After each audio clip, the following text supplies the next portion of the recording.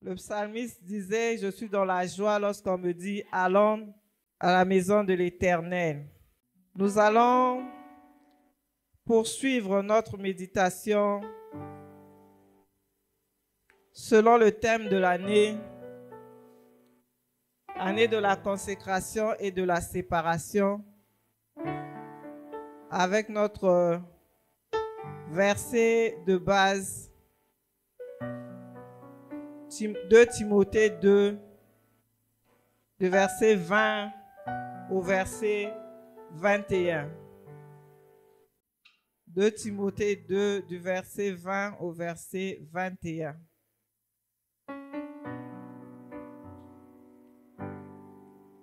Lisons au nom du Seigneur.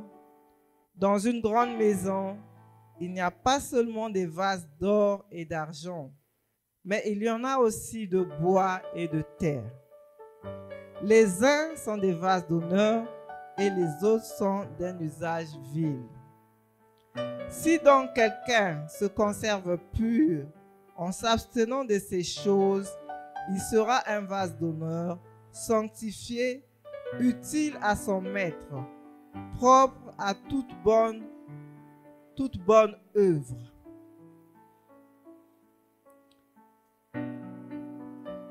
Notre partage de ce matin va se porter autour du thème les clés pour cultiver la consécration, ou les clés pour se maintenir comme un vase d'honneur.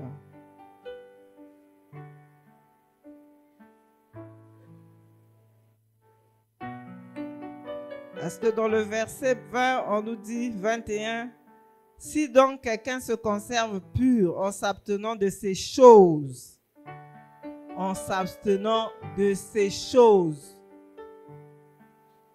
les choses dont il est question, on voit dans la suite, une partie se trouve dans la suite du passage. Verset 22, fuis les passions de la jeunesse et recherche la justice, la foi, la charité, la paix avec ceux qui invoquent le Seigneur d'un cœur pur. Repousse les discussions folles et inutiles, sachant qu'elles font naître des querelles. Or, il ne faut pas qu'un serviteur du Seigneur ait des querelles.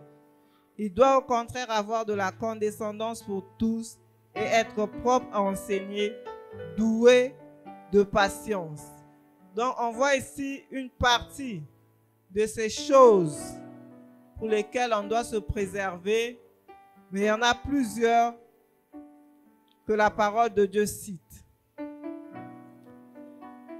Comment nous pouvons nous maintenir, comment nous pouvons cultiver notre consécration, comment nous pouvons nous maintenir en tant que vase d'honneur. On voit déjà dans ce passage, c'est un choix. On nous montre cette image de la maison, de la cuisine d'une dame où il y a des ustensiles, des assiettes qui sont dédiées ou bien qu'on appelle vases d'honneur. Ce sont les assiettes qu'on utilise pour servir lorsqu'on a des invités de marque. Les mamans savent quand ils reçoivent des gens à la maison, ils ne servent pas ces gens avec les assiettes en plastique ou les assiettes métalliques, mais ils servent les visiteurs avec des belles assiettes.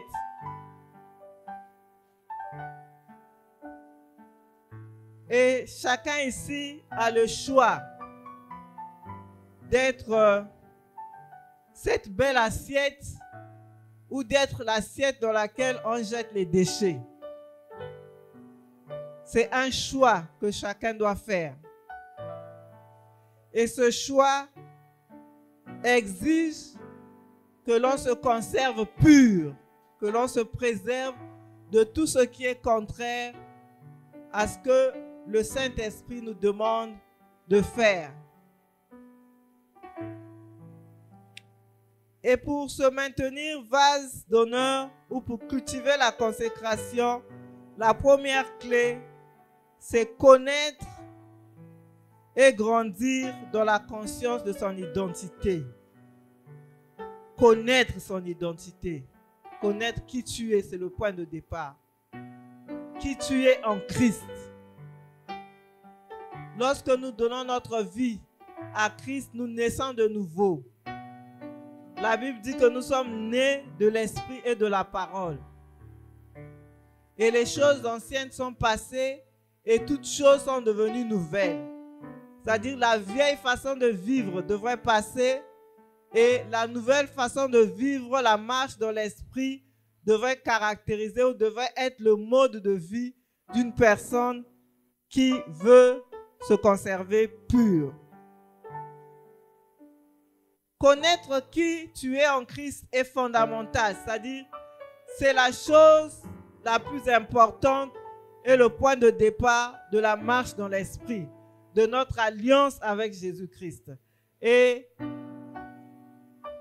l'Église, le pasteur persévère dans les enseignements, dans les études bibliques, à travailler à ce que nous comprenons qui nous sommes en Christ et que nous grandissons dans notre connaissance de qui nous sommes. Pour ceux qui ont suivi l'étude biblique ou qui ont après lu le livre sur les richesses de la rédemption, ce livre, nous l'avons étudié, nous a montré qui nous sommes en Christ.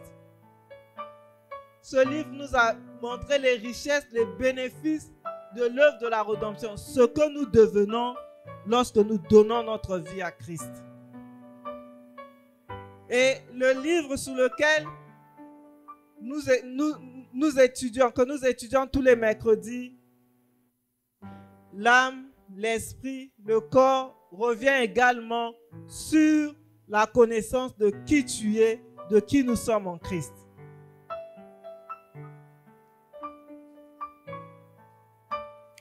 Ces enseignements sont tellement précieux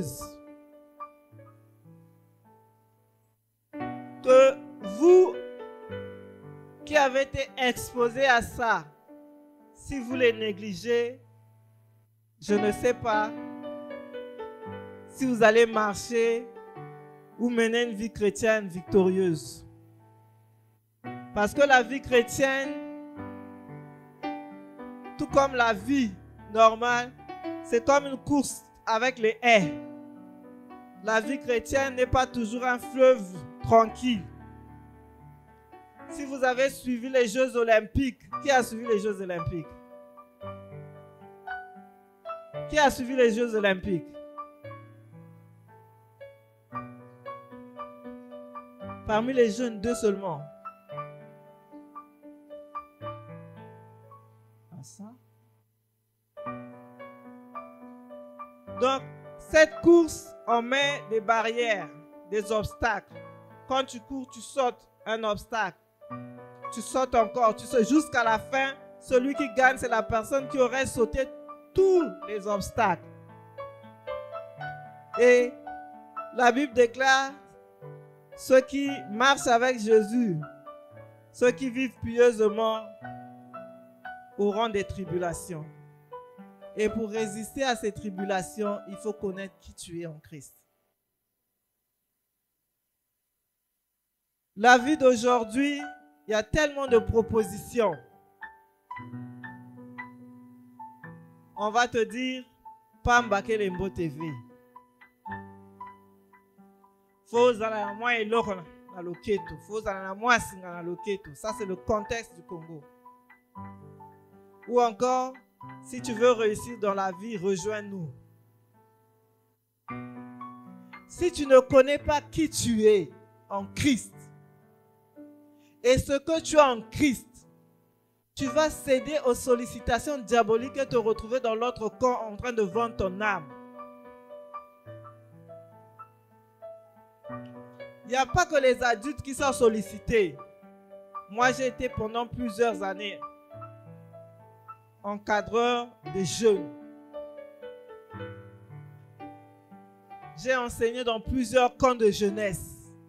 Et dans les ateliers, on écoutait des choses ahurissantes, c'est-à-dire qui effraient, qui te font peur, qui te donnent la chair de poule. Des jeunes qui vont vendre leur sang, un bouchon de sang chaque jour pour avoir chaque jour l'argent pour acheter les marques des hommes, là j'ai oublié les noms, pour seulement acheter une tenue qui te coûte 1 million. Pour acheter une chemise, ce n'est pas Léopard qui coûte 1,5 million. Le bouchon de son sang, chaque jour, il va chez le fêtier. Un jeune, moins de 20 ans. Donc, ça ne concerne pas seulement les adultes. Des jeunes filles qui ont des poudres envoûtées. Des jeunes gens qui font la domination, des fétiches pour gagner les filles. Ça, dans la jeunesse, ça existe.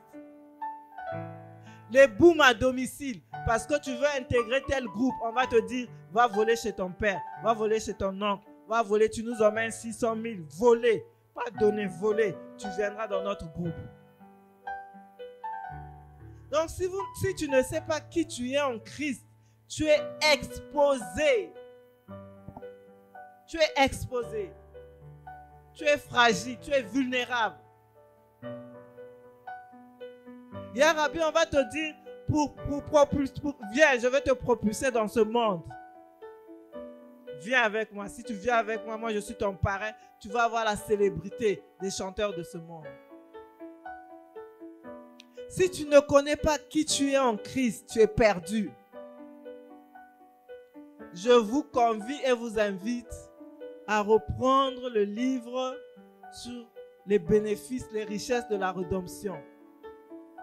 À reprendre le livre sur la croissance spirituelle, à relire le livre Corps, âme et esprit, parce qu'il y a des enseignements, il y a des vérités bibliques qui sont précieuses, tellement précieuses, d'une importance et qui a des conséquences éternelles.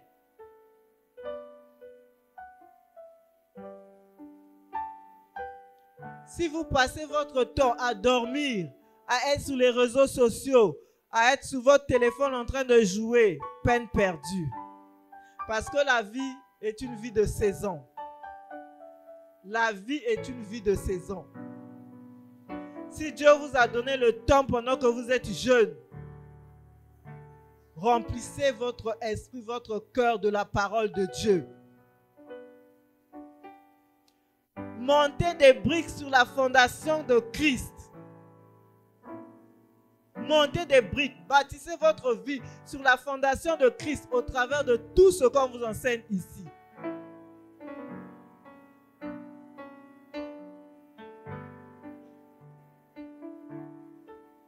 Si tu ne te connais pas, tu es perdu. Tu vas être comme une girouette. Encore, si tu ne connais pas ton identité en Christ, tu es en danger. Donc la première clé, c'est de connaître qui tu es en Christ et de grandir dans cette identité en Christ. Nous allons lire 1 Pierre 2,9. Si quelqu'un peut lire 1 Pierre 2,9. Oui, 1 Pierre 2,9.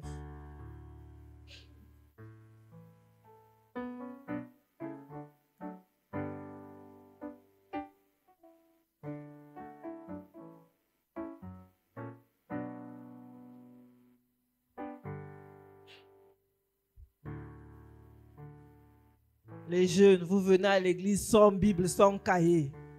Ça, c'est une génération. Vous devez effrayer l'ennemi, mais vous venez à l'église sans Bible, sans cahier. Maman ici.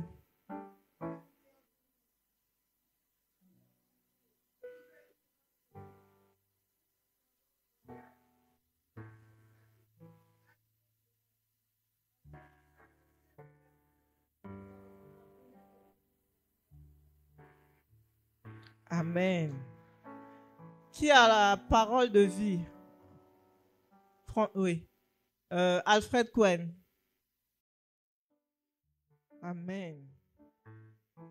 Ce verset est un verset qui nous montre une partie de ce que nous sommes en Christ.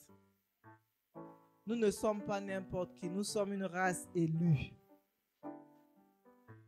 Nous sommes un peuple, une nation saine. Un peuple que Dieu s'est acquis. Donc si tu ne connais pas qui tu es, tu risques de te vautrer dans la boue inutilement. Donc il est important,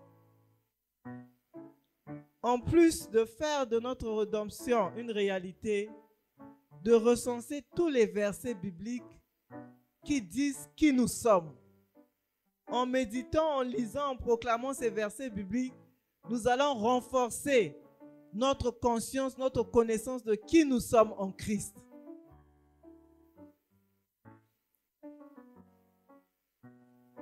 Nous faisons partie de l'armée céleste des soldats de Christ sur la terre. Et notre responsabilité, c'est de proclamer les vertus de Dieu. Nous sommes des sacrificateurs. Et notre responsabilité, c'est offrir des victimes spirituelles. Au-delà de la louange, de l'adoration, de l'intercession, nous devons parler aux situations de nos vies. Nous devons parler aux situations de notre nation. C'est ça la responsabilité que Dieu nous assigne en tant qu'enfant de Dieu, en tant que sacrificateur. Pleurer un coup, c'est bon, mais pleurer toujours, c'est échouer. Mais se lever en tant que membre de la communauté des rois sacrificateurs, je déclare la parole de Dieu. Et la Bible nous dit, si tu as la foi comme ce grain de sénévé, tu vas dire à la montagne, déplace-toi et jette-toi dans la mer. Dieu nous a donné cette autorité, Dieu nous a donné ce pouvoir. Dieu nous a donné la clé du royaume. Ce que nous allons déclarer sur la terre, Dieu va l'exaucer dans le ciel. Ce que nous allons interdire sera interdit. Ce que nous allons permettre sera permis. C'est ça qui tu es. Si tu ne t'appropries pas de ton identité en Christ, le diable va se jouer de ton ignorance. Parce que l'un des plus grands ennemis, c'est l'ignorance.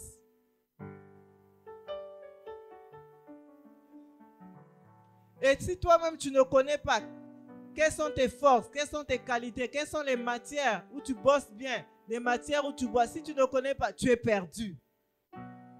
Parce que tout s'établit sur la base de qui je suis et de qui je suis en Christ.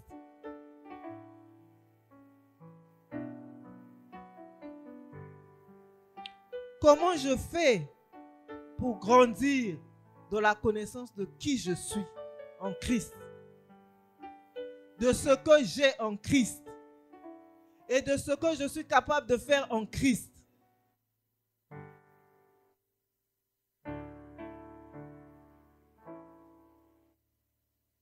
Je me souviens la première fois qu'on avait eu la session Tumoka, c'est Marie qui avait reçu cette parole de connaissance qui disait que Dieu nous a oints d'une onction de la conquête.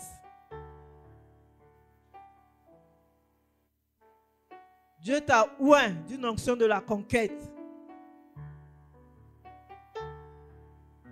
Pourquoi? Parce que tu es plus que vainqueur. Donc si tu n'es pas conscient que tu as été aiguisé pour le combat et pour être victorieux dans les combats avec Christ, tu vas passer ton temps à pleurer, à t'inquiéter, à accuser Dieu. Dieu m'a abandonné.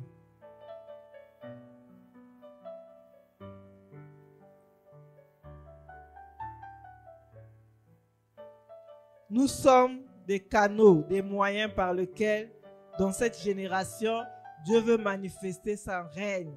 Dieu veut manifester sa puissance. Dieu veut manifester sa domination. Dieu veut manifester sa révélation, ses capacités.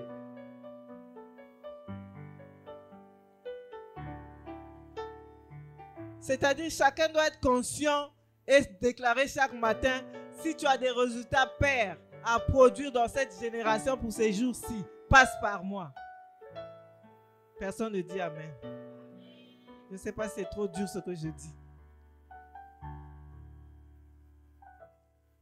De la même manière, tu dis à Dieu, exauce ma prière. De la même manière, Dieu veut que tu sois l'exaucement de sa prière. Quand il a dit, qui enverrai-je? Jésus a dit, me voici. Jésus a fait sa part, mais les enverrai-je, ça continue aujourd'hui.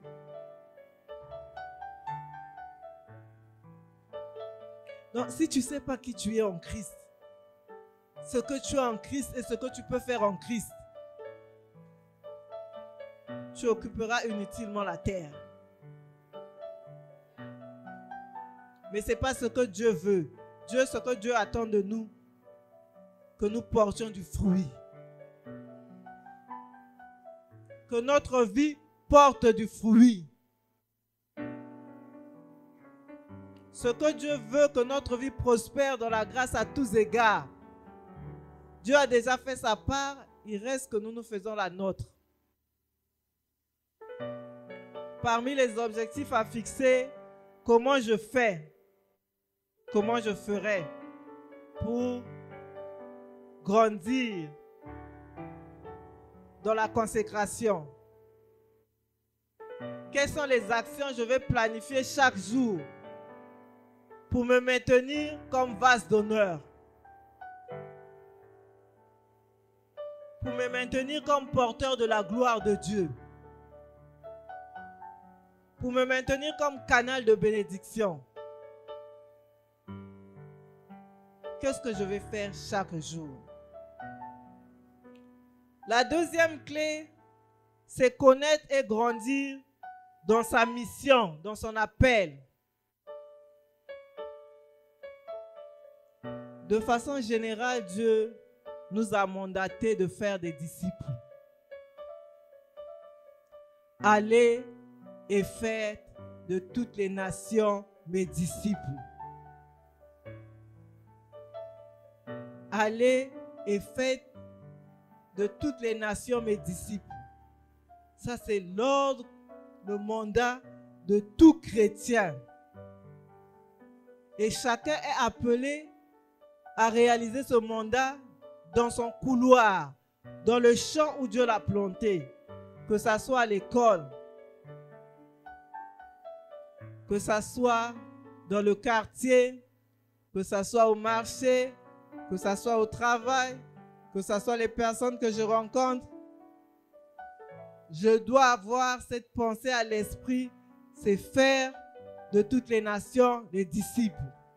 Que ce soit dans le bus, que ce soit les personnes que je rencontre, notre responsabilité, c'est de dépeupler le camp de l'ennemi et de peupler le royaume des cieux. Et nous en avons les capacités. Par expérience, l'une des choses qui m'a gardé, qui a permis que je grandisse vite dans le Seigneur, c'était le service, l'évangélisation.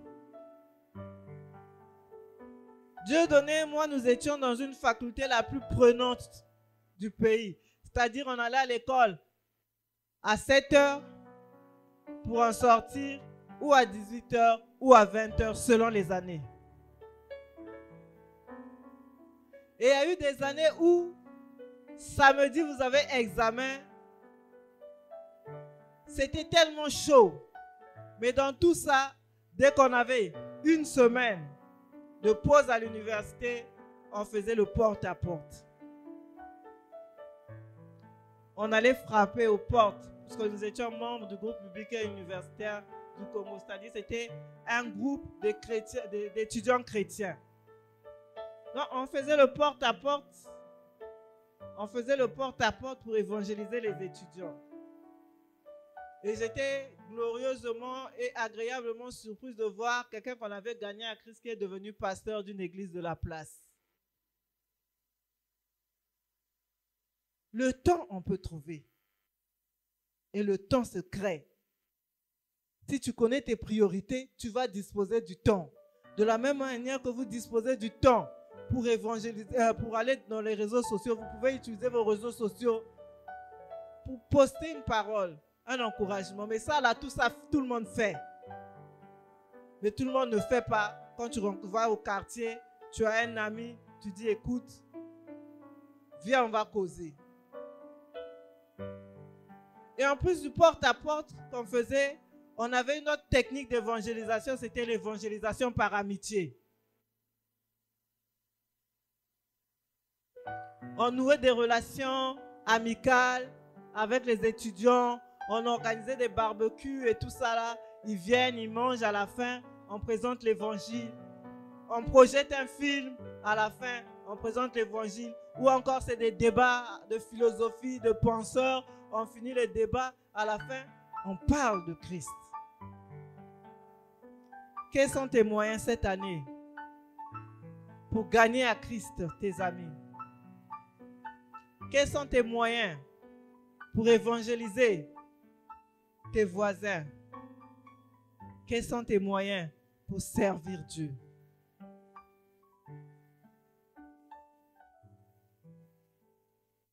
Comment vas-tu cette année encore grandir dans cette mission et dans ton appel? Comment Yarabi préconise de grandir dans son appel de chantre éternel pour gagner les âmes?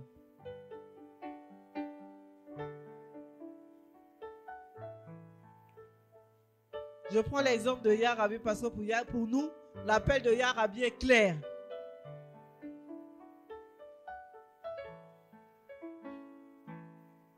Comment tu vas faire cette année?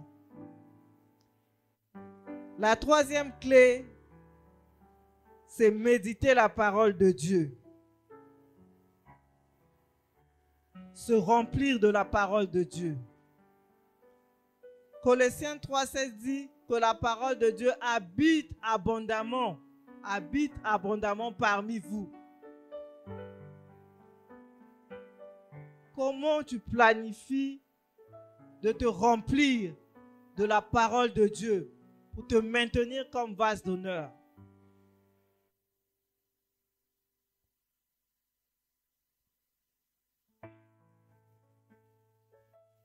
La Bible déclare dans Jean 14, 21 au 23, celui qui aime Dieu garde ses commandements.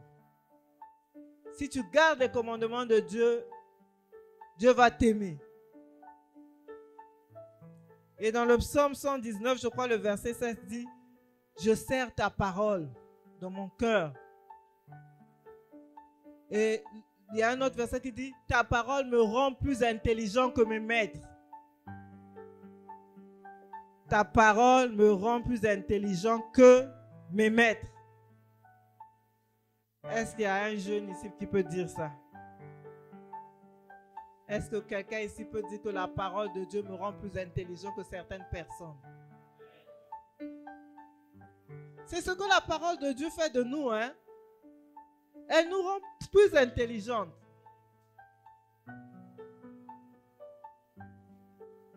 La parole de Dieu peut nous rendre plus intelligentes que les fils d'Isaacar. La Bible dit que les fils d'Isaacar, ils avaient l'intelligence des temps et des saisons pour régner et décider et faire décider. Tu as le Saint-Esprit. Est-ce que tu peux fonctionner en mode fils d'Isaacar?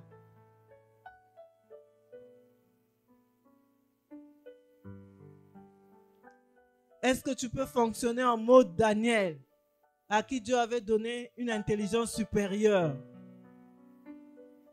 Daniel n'avait pas Christ en lui, hein? Mais toi et moi, nous avons Jésus. Et le Saint-Esprit vit en nous. Est-ce que nous pouvons fonctionner en mode Daniel, une intelligence supérieure, pour trouver les solutions des questions complexes? C'est-à-dire, s'il y a une situation complexe dans ton travail, c'est à toi que Dieu donne la solution. S'il y a un exercice difficile de mathématiques ou de sciences physiques, c'est à toi que le Saint-Esprit inspire la solution. Je me souviens, je crois qu'il y a eu un examen, je ne sais pas si c'était ici, où il y avait une erreur dans l'exercice. Mais c'est un élève qui a détecté et dit, ça, cet exercice-là, il y a une erreur. C'était au bac ou au BPC? Au BPC et au bac. Est-ce que le Saint-Esprit peut t'utiliser toi pour décrypter les choses? La parole de Dieu peut te rendre plus intelligent que tes maîtres. Nous avons en nous l'esprit de sagesse et de révélation. Nous avons en nous l'esprit de conseil. Nous avons en nous l'esprit d'intelligence et nous avons l'intelligence spirituelle. Parce qu'il y a plusieurs formes d'intelligence. Mais dans ces formes d'intelligence, la Bible ajoute ce que le monde n'ajoute pas, l'intelligence spirituelle.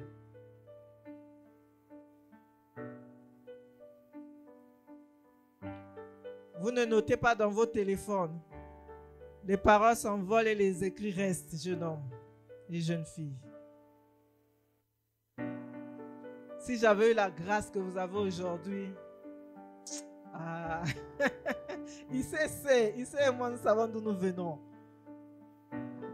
Si nous avions eu la grâce que vous avez aujourd'hui, Dieu se sait. Ne méprisez pas cette grâce. Vous avez des téléphones, prenez des notes dans vos téléphones si vous n'avez pas de cahier.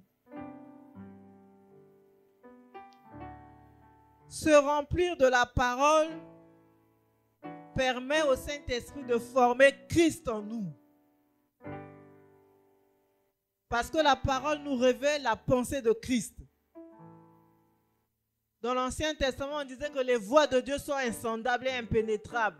Nous ne connaissons pas les voies de Dieu. Ça, c'est dans l'Ancien Testament. Mais aujourd'hui, avec le Saint-Esprit, nous connaissons les voies de Dieu. Parce que la Bible dit que les pensées, nous avons la pensée de Christ. Si tu veux entretenir, cultiver ton statut de vase d'honneur, médite la parole de Dieu. Étudie la parole de Dieu. Mémorise la parole de Dieu.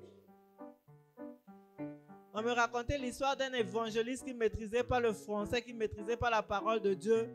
À l'époque où il n'y avait pas la Bible en lingala, il avait son verset Jean 3,16. Jean 3,16. Et Dieu lui a donné l'onction de gagner les âmes qu'avec ça. Jean 3,16, c'est tout. Mais avec Jean 3,16, le Saint-Esprit l'a utilisé puissamment. Alors que toi et moi, nous connaissons même 10 versets sur l'évangélisation.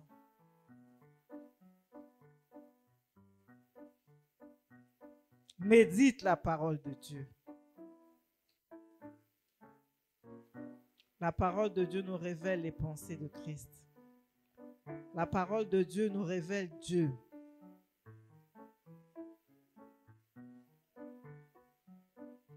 La parole de Dieu permet de bâtir notre foi.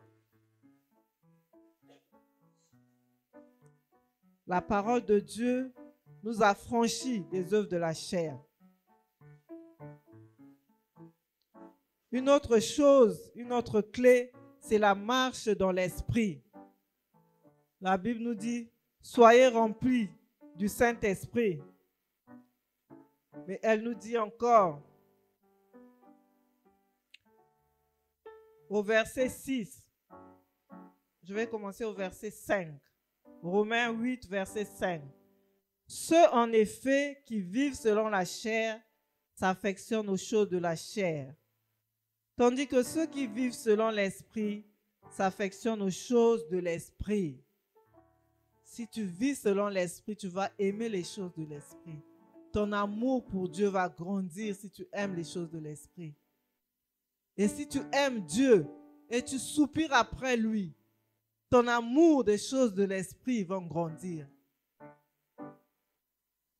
Or, car l'affection de la chair, verset 7, est inimitié contre Dieu, parce qu'elle ne se soumet pas à la loi de Dieu et qu'elle ne le peut même pas. Or, ceux qui vivent selon la chair ne sauraient plaire à Dieu. Si nous vivons selon la chair, nous ne pourrons pas plaire à Dieu. Verset 9, pour vous, vous ne vivez pas selon la chair, mais selon l'esprit. Si du moins l'Esprit de Dieu habite en vous. Si quelqu'un n'a pas l'Esprit de Christ, il ne lui appartient pas. Verset 10. Et si Christ est en vous, le corps, il est vrai, est mort à cause du péché, mais l'Esprit vit à cause de l'Esprit, à cause de la justice. Je vais sauter, verset 13. Si vous vivez selon la chair, vous mourrez. Mais si vous vivez par l'esprit, vous faites mourir les actions du corps, vous vivrez. Car tous ceux qui sont conduits par l'Esprit de Dieu sont fils de Dieu. Marchons selon l'Esprit. Menons la vie de l'Esprit. Aimons les choses de l'Esprit. Aimons la parole. Si tu aimes Dieu, si tu aimes le Saint-Esprit, cet amour-là va t'éloigner des choses de la chair.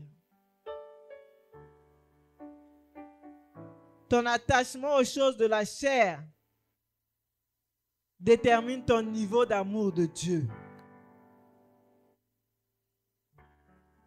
Ton attachement aux choses de la terre et de la chair détermine ton niveau d'amour de Dieu.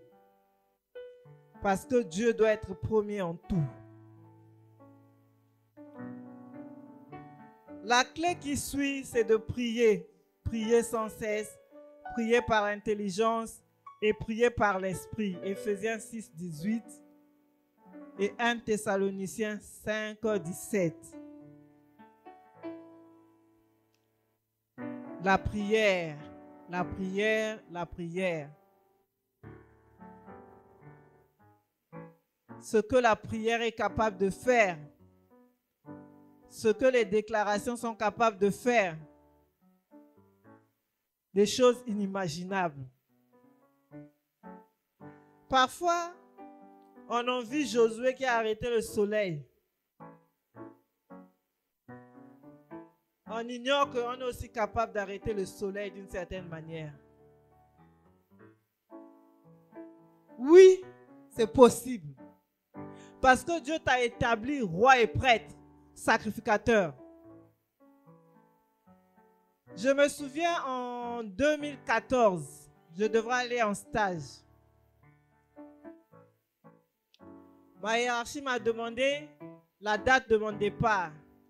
J'ai dit, moi, je vais voyager un lundi 6 janvier 2014.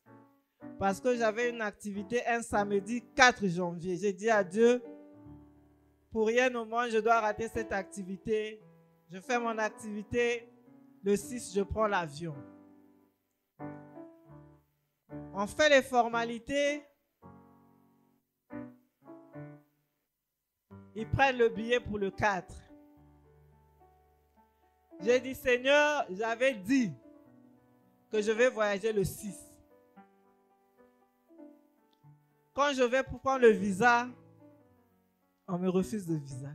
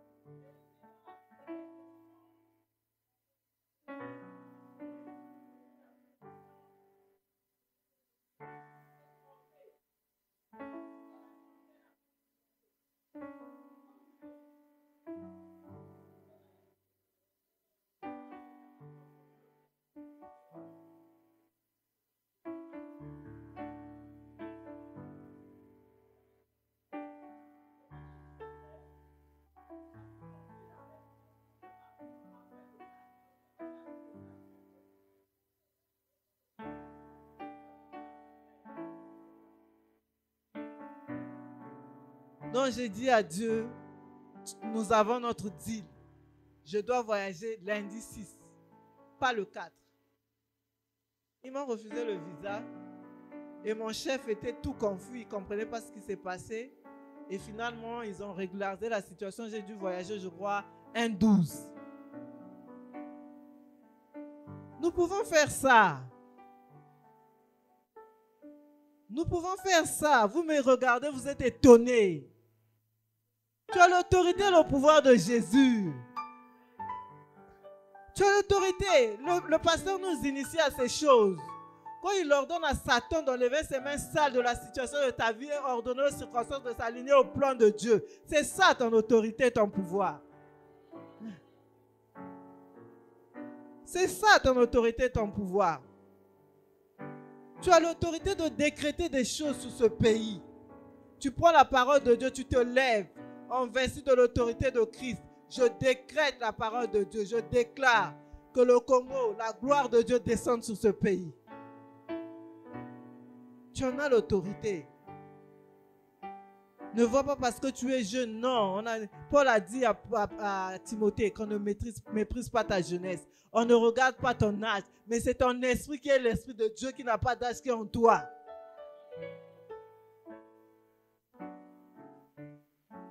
Nous avons l'autorité de Dieu. Nous avons l'autorité de Dieu. Nous avons l'autorité de Dieu. Dieu nous a donné l'autorité et l'autorité de sa parole a un écho terrible dans le monde spirituel.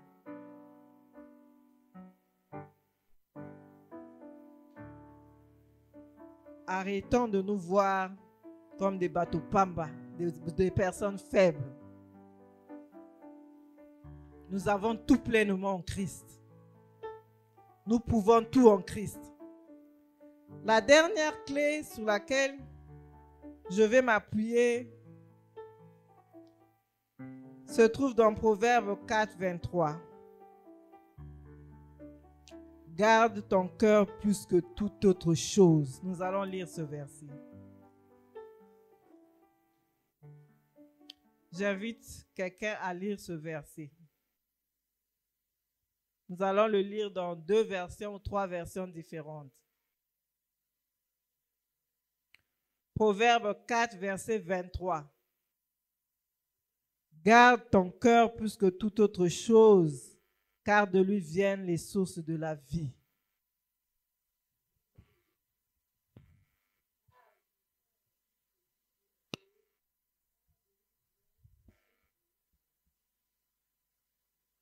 Une autre version. Proverbe 4, le verset 23, disant: Avant tout, prends garde à ce que tu penses au fond de toi-même, car ta vie en dépend.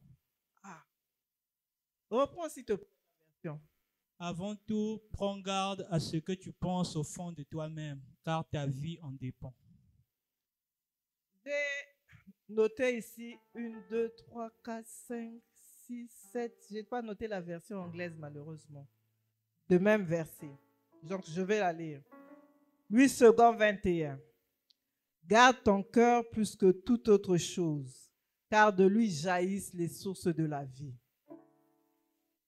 Version Semeur. Garde par-dessus tout. Veille soigneusement sur ton cœur, car il est à la source de tout ce qui fait ta vie. Car il est à la source de tout ce qui fait ta vie. Darby. Garde ton cœur plus que tout ce que l'on garde, car de lui sont les issues de la vie. Martin. Garde ton cœur de tout ce dont il faut se garder, car de lui procèdent les sources de la vie. Osterwald. Garde ton cœur plus que toute autre chose qu'on garde, car c'est de lui que procèdent les sources de la vie. Français courant. Avant tout, prends garde à ce que tu penses au fond de toi-même, car ta vie en dépend. Parole de vie. Par-dessus tout, surveille ton cœur, car il est la source de la vie.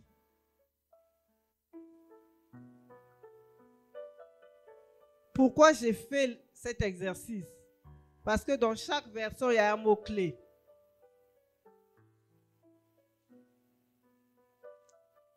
Et si on parle du mot cœur, certains mots du grec dans certains versets bibliques, le cœur, on parle de l'homme intérieur, de l'esprit. Mais ce n'est pas de l'esprit qu'il est question, parce que notre esprit est régénéré dans notre union avec le Christ. Dans d'autres versets, on utilise le mot cœur qui représente la conscience, qui représente le caractère moral, qui représente le siège de nos appétits, de notre passion, de nos émotions, qui représente l'âme, la pensée, la réflexion, les décisions et les résolutions. Donc c'est de ce cœur-là qu'il s'agit. Le cœur qui est le siège de notre pensée, le cœur qui est le lieu que nous prenons des décisions, le cœur qui est le lieu de nos dispositions de cœur, le lieu de nos passions. C'est de ce cœur-là dont il est question ici. Et ensuite, jaillir. Dans la version 8 secondes, on parle de jaillir. Jaillir veut dire se manifester, émerger, apparaître. Source veut dire origine, point de départ. Surveiller, veiller, faire attention. Procéder, émaner, découle. Issue, ça veut dire sortie, aboutissement, ouverture, passage. Donc j'aimerais que vous repreniez ces versets, ces versions à la maison, vous ressoulignez les mots-clés et vous faites la recherche vous-même avec le dictionnaire, c'est plus facile. Mais voici un peu les différents mots utilisés ici, leur signification. Garde ton cœur plus que toute chose. Veille sur ton mode de pensée. Surveille, contrôle tes pensées. Parce que ce sont tes pensées qui orientent ton caractère moral. Ce sont tes pensées qui orientent tes décisions de vie. Ce sont tes pensées qui orientent tes choix. Ce sont tes pensées qui te rappellent qui tu es ou qui tu n'es pas. C'est par tes pensées que tu te méprises, tu t'auto-sabotes, tu te sous-estimes. C'est par tes pensées. Les pensées négatives entraînent des émotions négatives et entraînent des décisions négatives et entraînent des mauvais résultats. Garde tes pensées. Pourquoi tu dois garder tes pensées? Parce que la Bible déclare, telles sont les pensées, tels nous sommes. Proverbe 23, 7, on va le lire.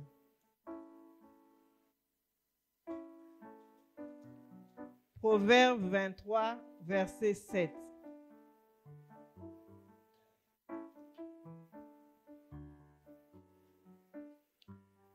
Car il est comme les pensées de son âme.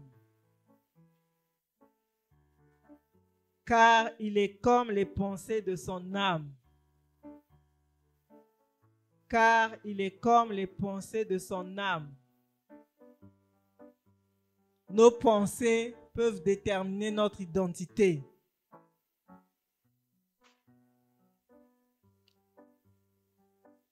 Car il est comme les pensées de son âme. Nous ne sommes plus à ce niveau parce que nous sommes comme Christ. 1 Jean 4 dit, tel il est, tel nous sommes dans ce monde. Nous sommes Christ glorifié dans ce monde. Mais notre âme qui n'est pas régénérée peut empêcher la manifestation de la gloire de Dieu parce que nous entretenons de mauvaises pensées. Nous entretenons des pensées négatives. Nous entretenons des pensées de souillure. Nous entretenons des pensées de non-pardon, de rancune, de colère, de vengeance. Nous entretenons des pensées qui nous disent « Ah, est-ce que moi j'ai de la valeur? Je ne m'aime pas. Je ne suis pas jolie. Je ne suis pas beau. Les autres sont bien. Je ne suis pas intelligent. Moi je ne peux pas faire ça. Je ne suis pas capable d'eux. Moi vraiment j'échoue toujours. J'ai échoué 2 fois. Est-ce que cette année encore je vais réussir? Moi.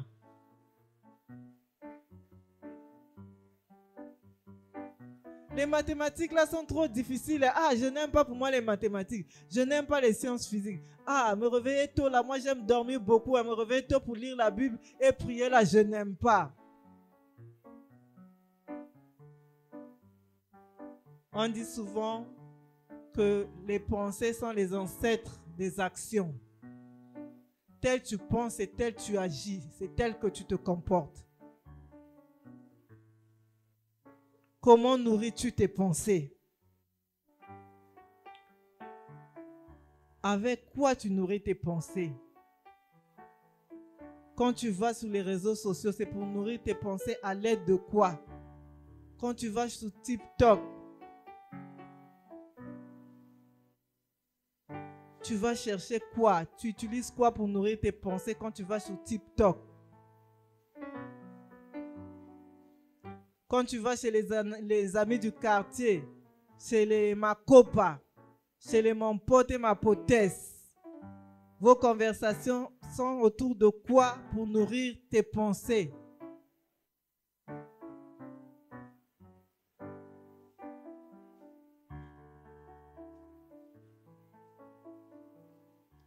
Est-ce que tu nourris des pensées de rébellion, de révolte, de désobéissance devant tes parents, devant les autorités qui te gèrent, à l'école?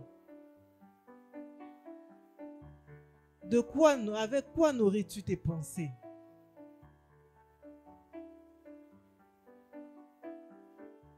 Nous avons la pensée de Christ par l'Esprit. Nous avons la pensée de Christ par la parole de Dieu. Nous avons la pensée de Christ au travers des enseignements que nous recevons.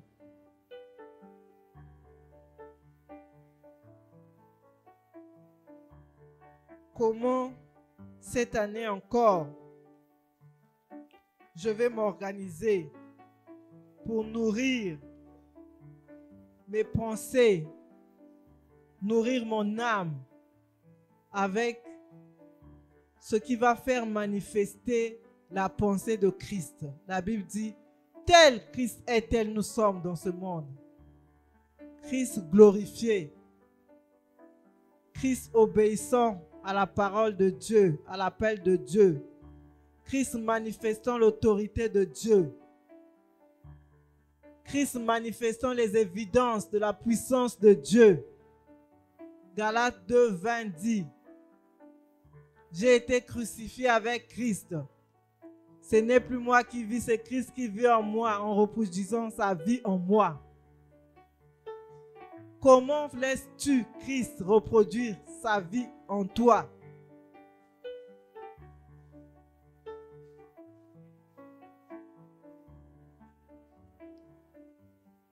Comment je vais planifier?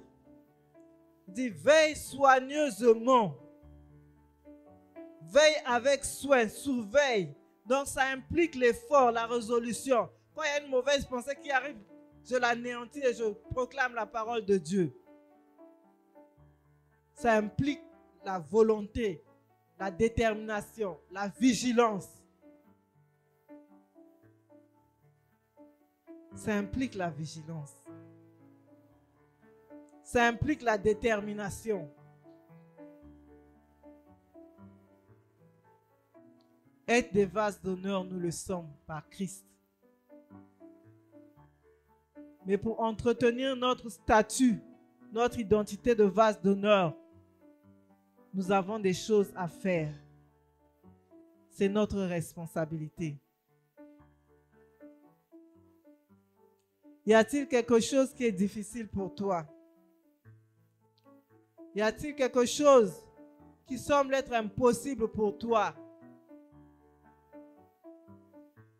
Parmi les clés énumérées, les clés citées ici, y a-t-il quelque chose qui est difficile pour toi? Y a-t-il quelque chose qui paraît impossible pour toi? Je vais te donner la bonne nouvelle. La bonne nouvelle, c'est que nous pouvons tout par Christ qui nous en rend capables. La bonne nouvelle, Paul a dit, notre capacité vient de Dieu. La bonne nouvelle, La même grâce qui a œuvré dans Paul et au travers de Paul, c'est celle que nous avons, elle peut œuvrer au travers de notre vie. On dirait que vous n'avez pas compris, hein? J'ai dit la même grâce qui a œuvré en Paul et au travers de Paul, c'est celle que nous avons en Christ. Elle est à notre portée, elle est accessible et disponible. Lèvons-nous et prions, demandons à Dieu de manifester par nous et en nous cette grâce. Nous allons nous lever, chacun va demander à Dieu, au Saint-Esprit, de le rendre habile dans chaque domaine énuméré. Que le Saint-Esprit nous rende habiles dans la connaissance de notre identité en Christ. Que le Saint-Esprit nous donne son esprit de sagesse et de révélation pour que nous grandissions dans la connaissance de Dieu et de qui nous sommes en lui. Que le Saint-Esprit nous rende habiles dans la méditation de la parole de Dieu quotidiennement. Que le Saint-Esprit nous rende habiles dans la prière, prière en langue et en intelligence. Que le Saint-Esprit nous rende habiles à garder nos cœurs plus que tout. Que le Saint-Esprit nous rende habiles à marcher par l'Esprit et non selon la chair. Élève ta voix et prie en langue en demandant toutes ces choses au Saint-Esprit.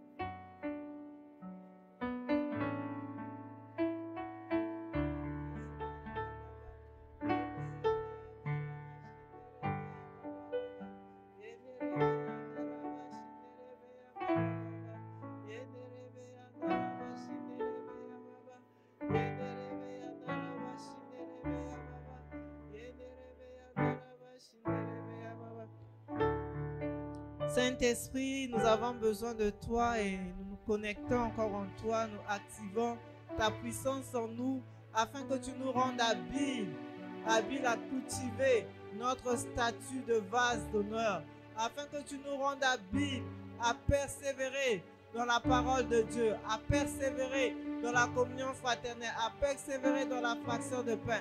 Saint-Esprit, rends-nous habiles à marcher dans la victoire, à marcher par le Saint-Esprit. Rends-nous habiles à surveiller nos pensées soigneusement et surtout à remplir nos cœurs, à remplir nos vies de ta parole. Donne-nous ton esprit de sagesse et de révélation. Donne-nous de manifester la pensée de Christ au quotidien, chaque jour. Esprit de Dieu, nous avons besoin de toi. Esprit de Dieu, nous abandonnons à toi, afin que par nous, tu puisses manifester le règne de Dieu, afin que par nous, les pensées de Christ soient connues, afin que par nous, nous puissions répandre l'odeur de la connaissance de Christ au travers de nous. Saint-Esprit, fais tomber les murailles, les forteresses de mauvaises pensées. Nous renversons les forteresses, nous renversons les faux raisonnements qui se dressent prétentieusement contre la connaissance de la vérité, contre la connaissance de Christ. Nous emmenons toute pensée captive à l'obéissance de Christ, au nom puissant de Jésus. Saint-Esprit, merci pour ton œuvre. Merci de faire ministère et de rendre ministère dans la vie de chacun de nous et dans cette église, afin que les desseins, les objectifs de Dieu soient atteints, afin que la cible de Dieu soit atteinte. Nous voulons vraiment atteindre ta cible, chacun dans son couloir, chacun dans sa saison. Nous voulons produire les évidences de ta puissance, Produis les évidences de la parole de Dieu. Produis les évidences du royaume de Dieu. Produis les évidences de la gloire de Dieu dans nos vies et dans ce pays. Utilise-nous encore comme tu veux. Utilise-nous puissamment. Chacun à l'école, à la maison, partout. Tu nous as mandatés de faire de toutes les nations tes disciples. Nous sommes là et nous nous donnons encore à toi. Esprit de Dieu, sois honoré. Esprit de Dieu, sois élevé. Esprit de Dieu, sois célébré pour ton œuvre parmi nous. Merci Saint-Esprit de faire grandir le Christ en nous, afin qu'on ne voit plus Marie, on ne voit plus qui que ce soit, mais qu'on voit Christ au travers de nos vies. Reçois tout l'honneur, Père. Reçois toute la gloire pour tes plans merveilleux que tu as pour chacune de nos vies. Au nom de Jésus, nous avons ainsi prié. Amen. Alléluia.